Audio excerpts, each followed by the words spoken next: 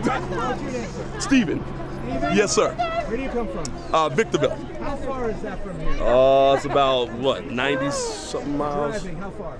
Oh, that's about a 2-hour drive. You came a 2-hour drive? Oh, you better believe. How come? I believe in what we do. I believe in what we're doing here. Yeah. You know, we need to go to work. We need to make money. We need to feed our families. We need to provide for our families and our businesses, you know, that are being shut down at this point in time, which is unnecessary. And we need to make money. This is not okay. The situation is not okay for us. What are the conditions like in Victorville regarding COVID safety?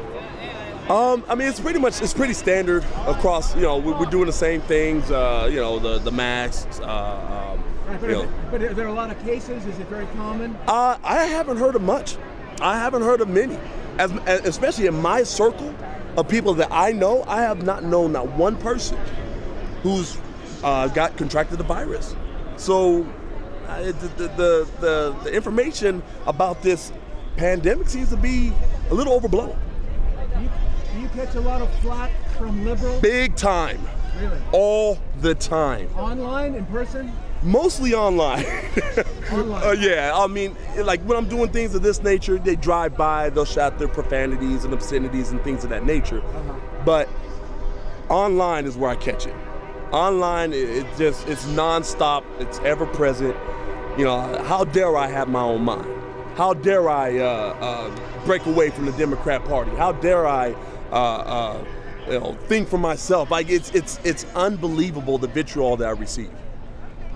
What's this concept of off the plantation? What is that?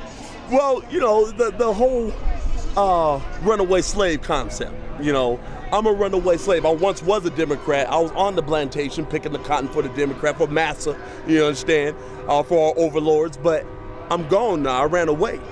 And to this day, they will not accept the fact that I'm gone. So they constantly come at me, you know, sicking their dogs on me, trying to intimidation tactics or shame tactics to try to get me back, as if that ever worked. I'm not going back. I think for myself. I'm off the plantation. I think for myself, and I will continue to think for myself and support MAGA. What does MAGA stand for? Make America great again, baby. Now, a lot of blacks allege that conservatives are racist. How much racism have you experienced from conservatives? From conservatives, none. From conservatives, absolutely none. And who from? It's always been from my former overlords from the Democrat plantation. You know, it's always been, and honestly, it's not always political in the sense that they don't claim to have a party. They just know that you're not supposed to be a Republican. So it's kind of weird. I ask them questions about what they believe and what they ascribe to. They can't tell me. They can just tell me that you're not supposed to be a Republican. So it's kind of weird. It's kind of strange. What do you think? Is this about safety at this stage, the sequestration? I think it's more of a power grab. It's more of a power grab at this point, because with the information out, the first 15 days you got to lock down, you got to shut down, all that type of stuff. Okay, we have no information. Let's do it. At this point in time, we have the information. We have the knowledge of what's going on and the data and the statistics, but they're still locking down. At this point, it's a power grab. It's a power play. How do you feel when Joe Biden claims that he wants to nominate a woman and maybe a black woman like Kamala Harris? We're doing it all over again. Would black people be well served by Kamala Harris? Absolutely not. We're talking about the lady that tried to pander to the black community by saying such things as, oh yeah, I used to smoke weed, as if that's a thing that we identify with and we promote. We don't, go Kamala. Exactly. Hold on. Exactly. So the 1994 crime bill responsible for locking up millions of black Americans all across the country for 3 decades, locking them up left and right, ripping black fathers from homes. Yes, sir. Proliferating single motherhood. Come on. Putting people on welfare, increasing the school to prison pipeline. Come on. And then we have Kamala Harris, yes, sir, locking people up for extensive sentences and keeping them beyond their sentence, and then getting on TV joking about how she's doing the same thing she's locking up black people for. Right. What? Right? Explain that one to me. And black folk were falling for a hook, line, and sinker. I don't get it. Just because you're a woman of color doesn't mean you have black people's best interests, I should say. You know what I'm saying? I don't understand her mindset in thinking that promoting weed, doing the things that he said, is the way that is going to garner our support. It's unbelievable. Do you think?